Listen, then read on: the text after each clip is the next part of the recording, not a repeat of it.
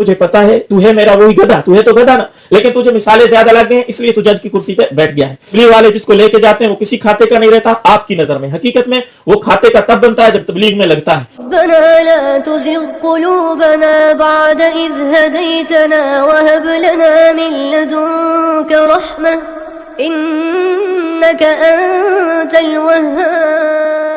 अस्सलाम वालेकुम रहमतुल्लाहि व बरकातुहू। उम्मीद है तमाम व्यूअर्स खैर व आफियत से होंगे। आज की मेरी वीडियो ऐसे लोगों के लिए है जो बिला वजह तबलीग वालों के ऊपर तनकीद करते हैं, तरह तरह की बातें करते हैं। देखें मोहतरम, बहुत सारे लोग हमारे मुल्क में ऐसे हैं जो तबलीग वालों का साथ देते हैं और देना भी चाहिए, और कुछ लोग गिने चुने हैं जो तबलीग वालों पे ऊपर एतराज करते हैं, कीचड़ उछालते हैं। मेरी ये वीडियो मुकम्मल देखिएगा, फिर अपनी राय का इजहार कीजिएगा। पहले ना भाग जाएं कमेंट करके, ऐसे ही कोई गालम गलोच कमेंट के अंदर ना करें। प्लीज पूरी वीडियो देखें, समझ में आए फिर राय का इजहार करना। देखें मोहतरम, तबलीग जो है नबी अलैहिस्सलाम की खत्म नबूवत के सदके मेरे और आपके जिम्मे लगी है। अब ये तबलीग वाले बेचारे निकलते हैं, सीखने वाले होते हैं, तबलीग के अंदर कमी कोताहियां होती हैं। हर जमात के अंदर जो भी शोबा दीन का काम कर रहा है उसके अंदर कुछ लोग ऐसे होते हैं जिनसे कमी कोताहियां होती हैं, तो वो छोटी बहुत कमी कोताहियां देख के लोग एतराजात करते हैं।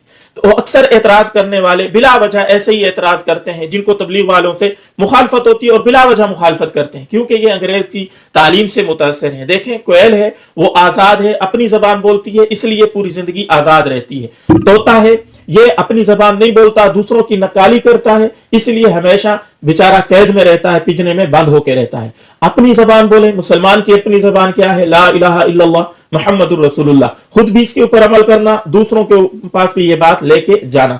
देखें मोहतरम, बहुत सारे लोग तबलीग वालों पे एतराज करते हैं। एक एतराज ये होता है, ये तबलीग वाले मिसालें लगाते हैं, चिकनी चोपड़ी बातें करके तबलीग वाले मुतासर करके ले जाते हैं। वो फिर बंदा ना किसी काम का रहता है ना काज का रहता है, तबलीग में लग के रह जाता है। तो मेरे मोहतरम, पहली बात तो ये है कि मिसालें लगाते हैं तबलीग वाले, उसका मैं जवाब देने से पहले अर्ज करूंगा कि तबलीग वाले जिसको लेके जाते हैं वो किसी खाते का नहीं रहता आपकी नजर में, हकीकत में वो खाते का तब बनता है जब तबलीग में लगता है। वो बेचारा पहले ऐसी जिंदगी गुजार रहा होता है जिसको पता ही नहीं होता कि मैं किस लिए दुनिया में आया। जब तबलीग में लगता है वो असल मकसद को जान लेता है, फिर उसी काम में लग जाता है। देखिए मोहतरम, अब आते हैं इस बात की तरफ कि तबलीग वाले मिसालें क्यों लगाते हैं और लोगों का जो एतराज है मिसालों वाला, मैं एक मिसाल से अर्ज करूंगा ये मिसालें तबलीग वाले कैसे लगाते हैं और क्यों लगाते हैं, मकसद क्या होता है। देखें, एक मैं मिसाल देने लगा हूं।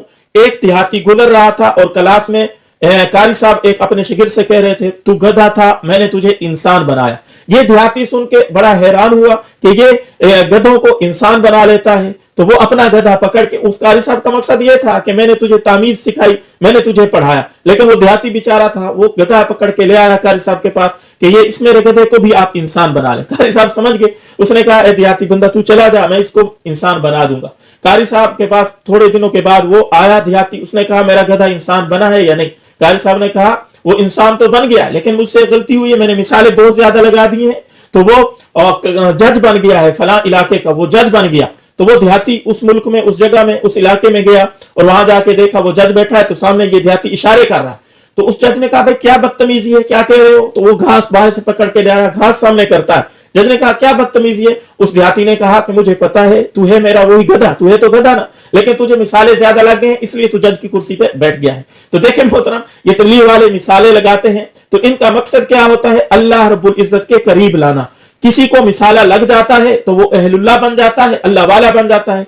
कईयों को मिसाला नहीं लगता, फिर उन लोगों की बात नोट करके लोग तबलीग वालों पे एतराज करते हैं। तो जिसको ये मिसाला लग गया तबलीग वाला, देखें जिसको तबलीग का मिसाला लगा है उससे अल्लाह रब्बुल इज्जत ने दीन का बहुत बड़ा काम लिया है। हाजी अब्दुल वहाब साहब कौन थे? एक तहसीलदार थे।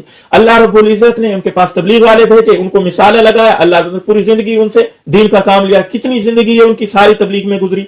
और इसी तरह आप देख रहे हैं मौलाना तारिक जमील साहब को, मुबल्लिग इस्लाम आज का हीरा है। बहुत सारे लोग इससे मुतासर होकर तबलीग में दाखिल हो रहे हैं। इनको तबलीग वालों ने मिसालें लगाई। ये क्या था? स्कूल कॉलेज के अंदर, यूनिवर्सिटी के अंदर एक डांसर था, तबलीग वालों के हत्थे चढ़ा, तबलीग वालों ने मिसालें लगाया, आज मुबल्लिग इस्लाम है।